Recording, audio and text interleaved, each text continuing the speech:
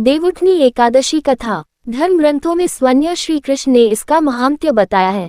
इसके अनुसार एक राज्य में एकादशी के दिन प्रजा से लेकर पशु तक कोई भी अन्न नहीं ग्रहण करता था।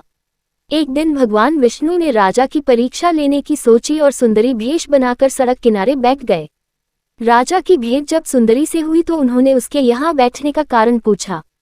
स्त्री ने बताया कि वह बेसहारा है। राजा उसके रूप पर मोहित हो गए और बोले कि तुम रानी बनकर मेरे साथ महल चलो। श्रीहरि ने ली राजा की परीक्षा। सुंदर स्त्री के राजा के सामने शर्त रखी कि ये प्रस्ताव तभी स्वीकार करेगी जब उसे पूरे राज्य का अधिकार दिया जाएगा और वह जो बनाए राजा को खाना होगा। राजा ने शर्त मान ली। अगले दिन एकादशी पर सुंदरी ने बाजारों में बाकी दिनों की तरह अन्न बेचने का आदेश दिया। मांसाहार भोजन बनाकर राजा को खाने पर मजबूर करने लगी। राजा ने कहा कि आज एकादशी के व्रत में मैं तो सिर्फ फलाहार ग्रहण करता हूँ। रानी ने शर्त याद दिलाते हुए राजा को कहा कि अगर ये तामसिक भोजन नहीं खाया तो मैं बड़े राजकुमार का सिर धड़ से अलग कर दूंगी। राजा के सामने धर्म संकट। राजा ने अपनी स्थिति बड़ी रानी को बताई।